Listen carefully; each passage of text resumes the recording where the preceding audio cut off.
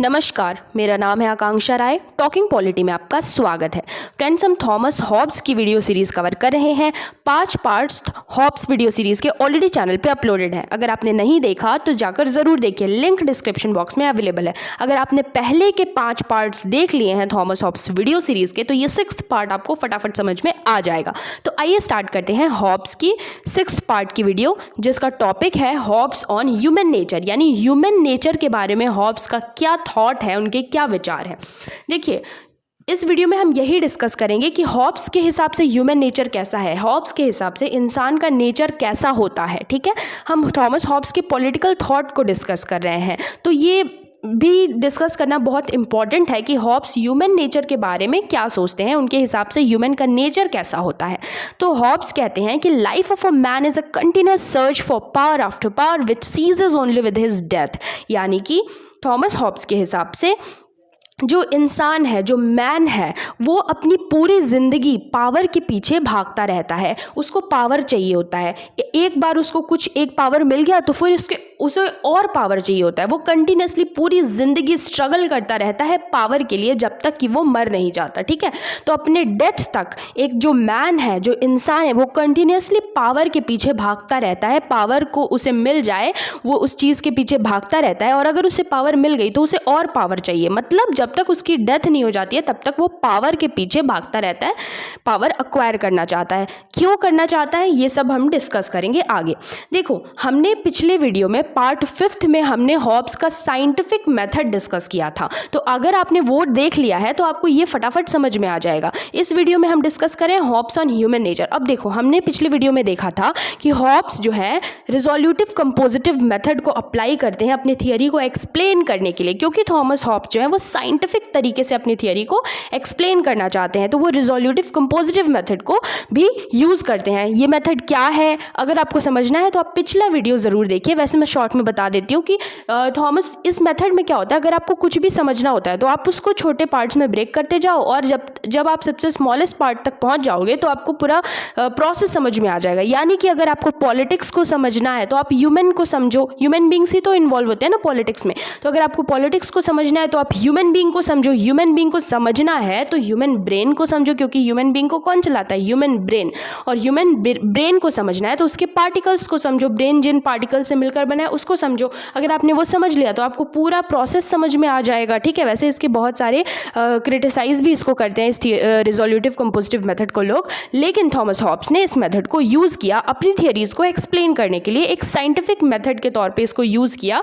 Thomas Hobbes ने अपना scientific method में इसको यूज़ किया। ठीक है, तो देखो, पिछला वीडियो अगर आपने देख लिया है तो आपको ये सब ईजिली समझ में आ रहा होगा। ठीक है, तो हम ये इस वीडियो में डिस्कस कर रहे हैं ह्यूमन नेचर के बारे में हॉब्स क्या सोचते हैं। तो हमने डिस्कस किया कि थॉमस हॉब्स के हिसाब से ह्यूमन का ये नेचर होता है कि वो पावर के पीछे भागता है। जब तक उसकी डेथ नहीं हो जाती है तब तक वो पावर के पीछे भागता ही रहता है, भागता ही रहता है। ठीक है, और इस चीज़ को समझाने के लिए, ठीक है, वो ह्यूमन नेचर को समझाने के लिए रिजोल्यूटिव कंपोजिटिव मेथड का इस्तेमाल करते हैं। ठीक है, यानी कि पूरे प्रोसेस को छोटे छोटे पार्ट्स में ब्रेक करो, उसके बाद पूरा प्रोसेस समझ में आ जाएगा। ठीक है, तो थॉमस हॉब्स कहते हैं कि यूनिवर्स, जैसे यूनिवर्स जो है वो पार्टिकल से मिलकर बना है, ठीक इसी तरह ह्यूमन ब्रेन भी पार्टिकल से मिलकर बना है, जो मोशन के स्टेट में रहता है। पिछले वीडियो में हमने बहुत अच्छे तरीके से इसको डिस्कस किया है कि जैसे यूनिवर्स जो है पार्टिकल से मिलकर बना है, ठीक उसी तरह से देखो हॉब्स यहाँ पे साइंटिफिकली चीज़ों को एक्सप्लेन करना चाहते हैं।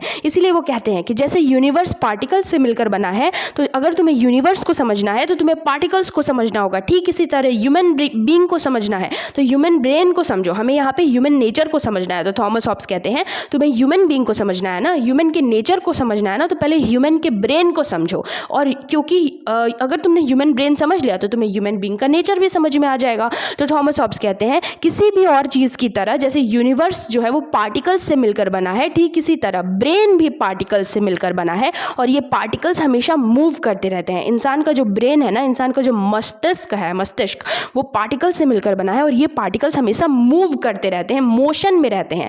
जब तक इंसान जिंदा है तब तक उसके ब्रेन के जो पार्टिकल्स हैं वो मूव करते रहेंगे। ठीक है, और ये मोशन 2 तरह का होता है, इंक्लिनेशन और एवर्शन। ठीक है, अब देखो ये हमने समझ लिया। हमें ह्यूमन के नेचर को समझना है तो हमें ह्यूमन के ब्रेन को समझना पड़ेगा।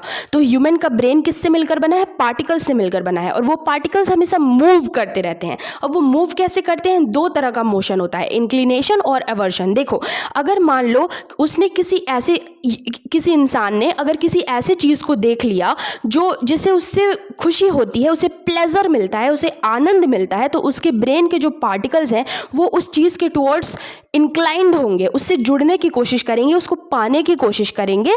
तो यहाँ पे इंक्लिनेशन वाला मोशन होगा। यानी कि अगर ह्यूमन बीइंग ने किसी ऐसे चीज़ को देखा जिससे उसे खुशी होती है, प्लेजर होता है, तो उसे पाना चाहेगा और उसके ब्रेन के पार्टिकल्स उस चीज़ के टुवर्ड्स मूव करेंगे, और वहाँ इंक्लिनेशन वाला मोशन होगा मैन के ब्रेन में पार्टिकल्स का।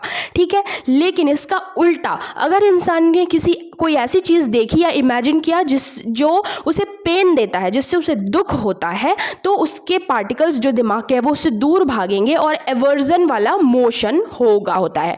वो सारी चीज़ें करना चाहता है जिससे उसे खुशी मिलती है, और वो सारी चीज़ें अवॉइड करना चाहता है जिससे उसे दुख होता है। इसी को साइंटिफिकली उन्होंने देखो कैसे एक्सप्लेन किया है कि हमें ह्यूमन नेचर को समझना है तो हमें ह्यूमन ब्रेन को समझना पड़ेगा। ह्यूमन ब्रेन किस चीज़ से मिलकर बना है? पार्टिकल्स से। जो इसी को साइंटिफिकली उन्होंने देखो कैसे एक्सप्लेन किया है कि हमें ह्यूमन नेचर को समझना है तो हमें ह्यूमन ब्रेन को समझना पड़ेगा। ह्यूमन ब्रेन किस चीज़ से मिलकर बना है? पार्टिकल्स से। जो पार्टिकल्स हमेशा मूव करते रहते हैं जब तक इंसान जिंदा है, और वो मूव कैसे करते हैं? दो तरह का मोशन होता है, इंक्लिनेशन और एवर्जन। अगर इंसान ने किसी ऐसी चीज़ को देखा या इमेजिन किया जिससे उसे खुशी मिलती है, तो वो उस चीज़ से इंक्लाइन करेगा, उसके ब्रेन के पार्टिकल्स उसके टुवर्ड्स मूव करेंगे और इंक्लिनेशन वाला मोशन होगा।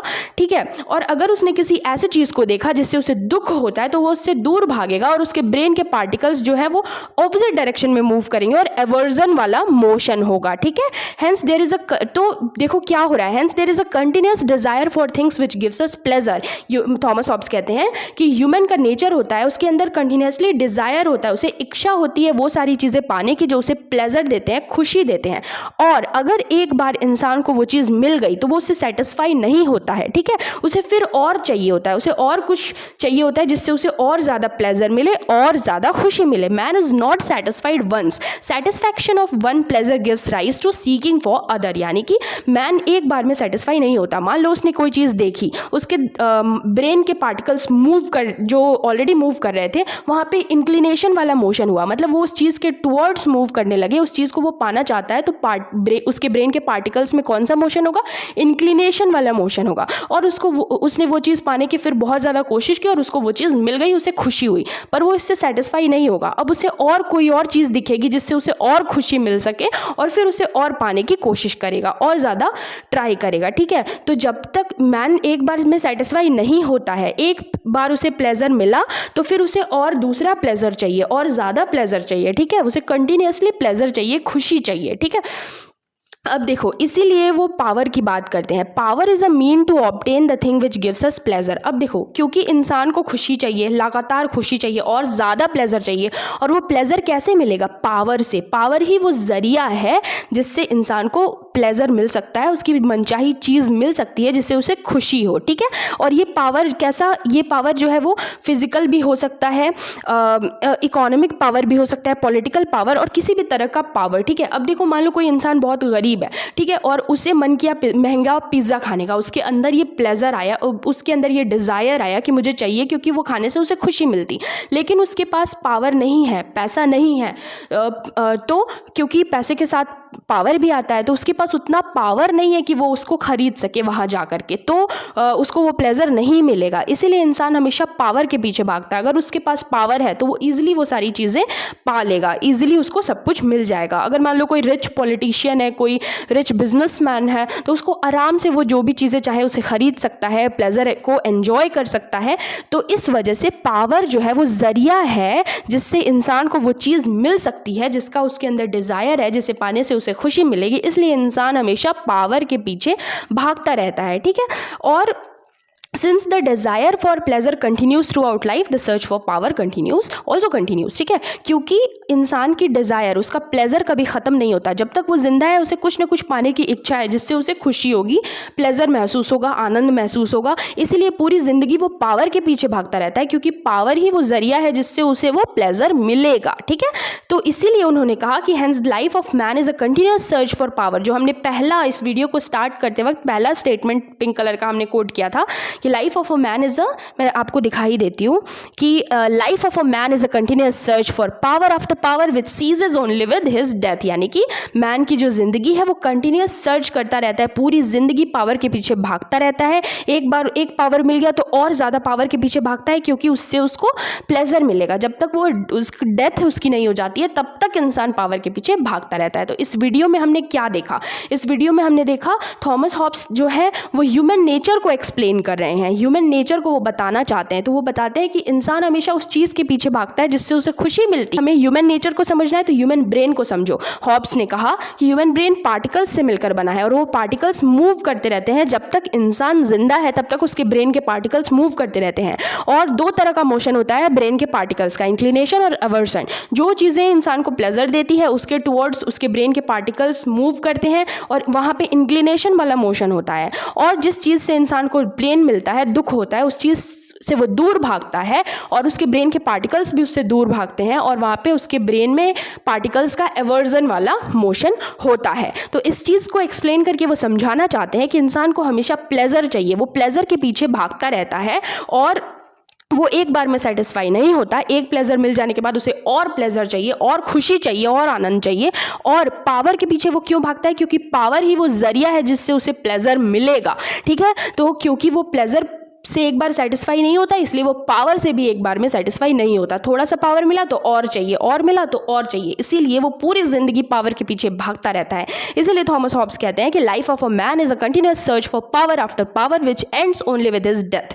यानी कि मरने के बाद ही उसका ये पावर का जो इच्छा है और पावर का वो ख़त्म होता है, क्योंकि उसे डिज़ायर चाहिए, उसे खुशी चाहिए, इसीलिए उसे पावर भी चाहिए। ये है ह्यूमन नेचर। और क्या एक्सप्लेन करते हैं वो ह्यूमन नेचर के बारे में कि देखो, वो कहते हैं क्योंकि मैन पावर सीकिंग है। यूटिलिटेरियन नेचर हमने पहले ही समझ लिया था। यूटिलिटेरियन का मतलब होता है कि आप वो काम करोगे जिससे आपको खुशी मिलती है और आप वो काम नहीं करोगे जिससे आपको दुख मिलता है, उससे आप दूर भागोगे। तो मैन का नेचर भी ऐसा ही है, वो सारे काम करना चाहता है जिससे उसे खुशी मिलती है और उन सारे कामों से दूर भागना चाहता है जिससे उसे दुख होता है। तो थॉमस हॉब्स कहते हैं मैन एक यूटिलिटेरियन नेचर का होता है, मैन का नेचर जो है वो यूटिलिटेरियन है। अब देखो, क्योंकि मैन यूटिलिटेरियन नेचर का मटेरियलिस्टिक भी है, उसे मटेरियलिस्टिक चीज़ों में जो है इंटरेस्ट होता है, उसे कार चाहिए, उसे घर चाहिए, उसे बंगला चाहिए, वो मटेरियलिस्टिक होता है। वो इंडिविजुअलिस्टिक होता है, वो अपने बारे में सोचता है, वो पॉजिटिव होता है अपनी चीज़ों को लेकर, वो पावर सीकिंग होता है, उसे पावर चाहिए, वो फियरफुल होता है, उसके अंदर डर होता है कि कहीं उसके पास जो पावर है जो वो चली ना जाए, वो अपनी लाइफ को लेकर के भी इनसिक्योर होता है। तो ये ह्यूमन का नेचर है थॉमस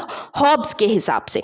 ठीक है, तो हॉब्स के व्यू में man is neither a social, Hobbes ये कहते हैं कि man is neither a social animal nor a political animal but only an isolated beast और अ प्योरली इगोइस्टिक क्रिएचर। ये एक इंपॉर्टेंट कोड था जिसे मैंने यहाँ पे आपको दे दिया है। अगर एग्जाम में पूछ देता है ये कोड किसने दिया तो आप बता सकते हैं कि हॉब्स ने, थॉमस हॉब्स ने दिया है।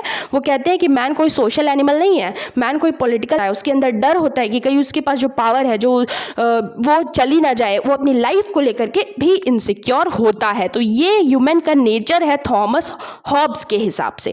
ठीक है, तो हॉब्स के व्यू में man is neither a social, Hobbes ये कहते हैं कि man is neither a social animal nor a political animal but only an isolated beast और अ प्योरली इगोइस्टिक क्रिएचर। ये एक इंपॉर्टेंट कोड था जिसे मैंने यहाँ पे आपको दे दिया है। अगर एग्जाम में पूछ देता है ये कोड किसने दिया तो आप बता सकते हैं कि हॉब्स ने, थॉमस हॉब्स ने दिया है।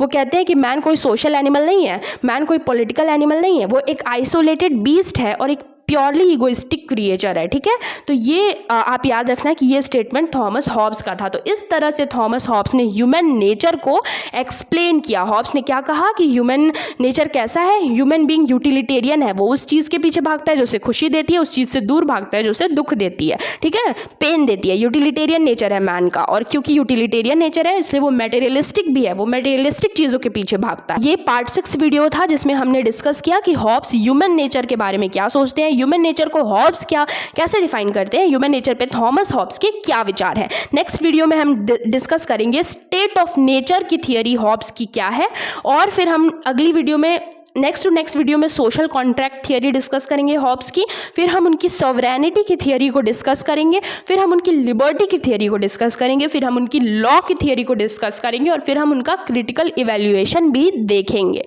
ठीक है, तब तक के लिए गुड बाय और स्टे सेफ। कोरोना फैल रहा है तो आप लोग सब प्रिकॉशन लो, मास्क